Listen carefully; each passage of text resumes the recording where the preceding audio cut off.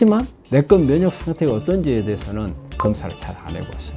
일단은 그런 부분들을 개선을 해줘야 암을 치료할 수가 있거든요. 근데 우리 환자분들 대부분 뭐예요?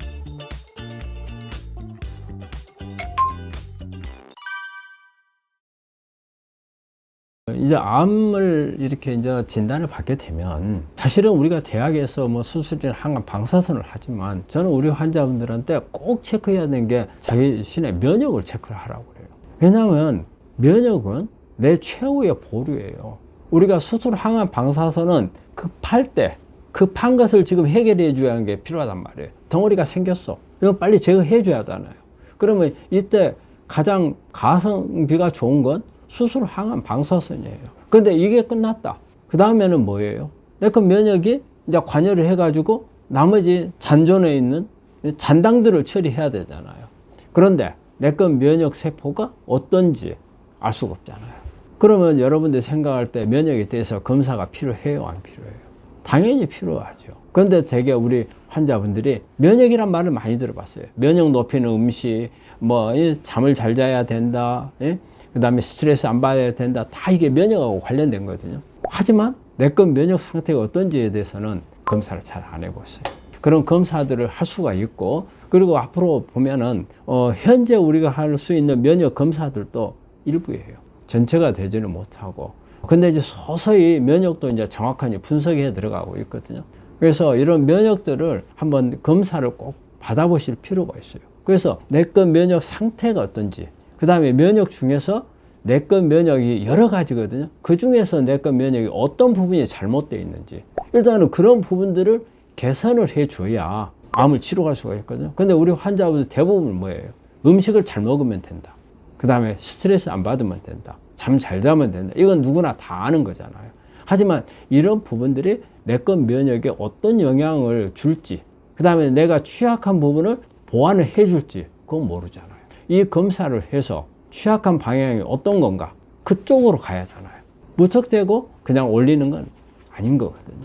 우리 이제 직접적으로 암에 영향을 주는 면역 세포는 두 가지예요.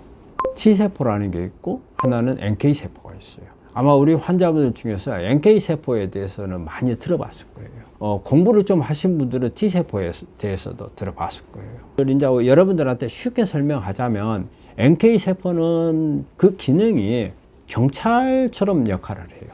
그래서 NK세포는 돌아다니면서 이상한 세포가 있으면 그걸 잡아서 그냥 직결 처분해서 죽여요. 그러니까 NK세포, 우리 경찰들은 순찰을 하잖아요. 돌아다니면서. 그래서 어떤 범죄자라고 생각되는 부분들이 있거나 아니면 어디에 누가 강도가 들었다 그러면 제일 먼저 달려가는 게 경찰이 달려가잖아요. 어느 집에 강도가 들어있는데 군인이 가지는 않잖아요. 경찰이 가잖아요. 그래서 그런 우리 몸에서 그런 역할을 하는 게 NK세포예요. 그래가지고 여기서 간단한 것은 지가 제거를 하고, 그런데 이게 사건이 커. 그런데 경찰 힘만 가지고 부족해. 그러면 뭔가가 그 정보를 누구한테 알려서 도움을 받아야 하잖아요.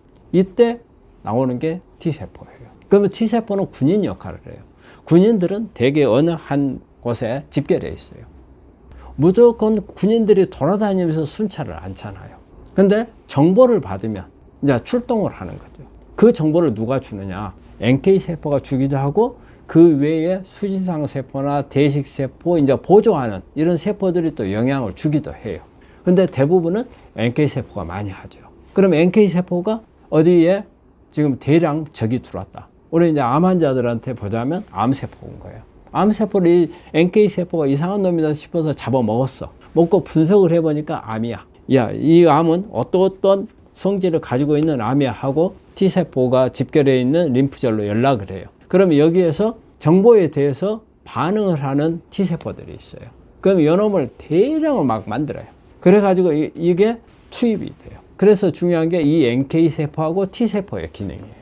가장 중요한 것은. 그래서 이제 우리가 이걸 파악을 하는 거예요. 요 세포들을. 그런데 우리가 이제 NK세포는 아마 여러분들이 NK세포 활성도 검사를 아마 해보신 분들이 많이 있을 거예요. 일반적으로 하는 검사가 이제 그거죠. 근데 그거는 극히 일부예요. 그래서 NK세포 활성도는 우리가 키트로 하는 검사로서는 한 가지 방법인데, 원래는 두 가지로 해야 돼요. 우리가 NK세포가 두 종류가 있어요. 하나는 감마 인터페론이라는 사이토카인이라는 것을 만들어서 이게 정보를 주기도 하고 암세포를 죽이기도 하는 그런 역할을 하는 그런 NK세포가 있어요.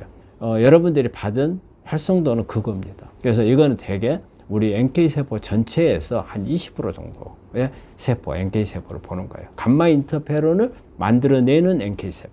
또 다른 NK세포가 있어요. 이 NK세포는 그란자임이나 퍼포린이라고 하는 효소를 내서 직접 가서 직접 죽이는 거예요. 이 감마 인터페론을 간접적으로 죽이는 거예요. 다른 면역세포 활성화시켜가지고 협동을 해서 죽이는 방법이고, 그란자임이나 퍼포린이 효소를 내는 NK세포는 직접 가서 죽이는 거예요. 그래서 이게 80%예요. 그래서 이 두 가지에 대한 NK세포를 볼 수가 있고요. 또 이거는 이제 그 NK세포 각각 힘이에요. 그 활성도라는 것은. 전쟁을 치르려면 하면은 병사들이 병력 숫자, 병사 숫자가 많아야 잘 싸울 수 있잖아요. 하지만 오합 조절이 되면 어때요? 가봤자 뭐 별로 그렇게 힘도 못 쓰잖아요. 그런데 어때요? 훈련이 잘 돼 있으면 어때요? 잘 싸우잖아요. 그래서 두 가지를 보는 거예요. 병력 숫자가 얼마나 많으냐, 그 다음에 얼마나 훈련이 잘 돼 있느냐. 바로 활성도는 얼마나 훈련이 잘 돼 있느냐를 보는 거예요.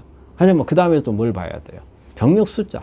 아무리 훈련이 잘 돼 있어도 병사가 몇 명 없으면 중과부족이잖아요. 얼마만큼 병사가 숫자가 많은가, 그걸 또 봐야 돼요. 그래서 그것도 검사할 수 있어요. 그러면 이제 NK세포는 이제 그렇게 검사를 하고요. 그 다음에 이제 T세포 같은 경우는 또 T세포가 두 종류로 나뉘어요. 보조 T세포가 있고 직접적으로 나가서 싸우는 T세포가 있어요. 그래서 우리가 일반적으로 우리가 전투에 나가서 싸우는 그런 사이토톡식 T셀이라는 게 있어요.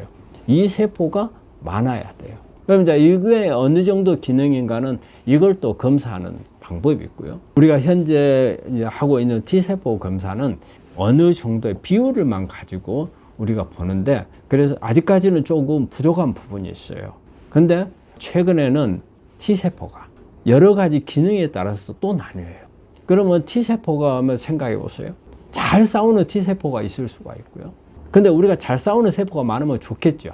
근데 오히려 T세포 중에서는 잘 싸우는 세포를 못 싸우게 하는 T세포도 있습니다. 이거는 왜 그러냐면요. 우리가 생각할 때, 아니, 왜 못 싸우게 하는 T세포가 있으면 어떡해? 이렇게 생각하시겠죠. 근데 우리 몸은 암하고만 싸우는 몸이 아니잖아요. 면역세포가. 우리가 염증 같은 게 우리 몸 안에서 만들어지더라도 면역세포가 싸울 거 아니에요. 그러면 전쟁이 끝나고 나면은 전쟁이 이제 더 이상 일어나지 않게끔 해야 하잖아요. 이게 억제하는 세포예요. 그래서 우리는 염증이 있으면 빨리 염증을 제거해야 하잖아요. 그래서 싸우고 난 후에 이것을 재정리하는, 이제 평화스러운 단계로 가야 하잖아요. 이걸 하기 위한 게 억제세포가 있어요. 억제세포가 꼭 필요해요. 하지만 암에서는 억제세포가 많으면 암세포를 못 잡아요. 그래서 그런 억제세포가 있고, T세포 중에서 탈진이 돼버린 세포들이 있어요. 이제 싸우다 지쳐버린 세포도. 그러니까 억제세포나 탈진된 T세포가 많으면 면역이 또 안 되죠. 그래서 이제 이런 부분들을 또 이렇게 검사하는 방법이 있어요. 이런 것까지 세밀하게 봐야 우리가 면역이라는 것을 확인을 할 수가 있어요. 여기 한 단계 더 간다면 우리가 이제 대식세포 기능이나 수지상 세포 기능까지도 이제 봐야 더 정확해요. 그래서 앞으로는 이런 부분들이 훨씬 더 정밀하게 검사를 하고 복잡한 과정을 거칠 거예요. 그래서 이런 부분들이 다 파악이 되어야 내건 면역이라는 것을 확인할 수가 있어요. 그런데 우리 환자분들은 단순하게 생각하잖아요. 면역, 어떤 음식이 뭐 면역을 올립니까? 어떻게 하면 면역을 올립니까? 이것만 생각하시잖아요. 근데 그것만 가지고는 안 된다는 거예요.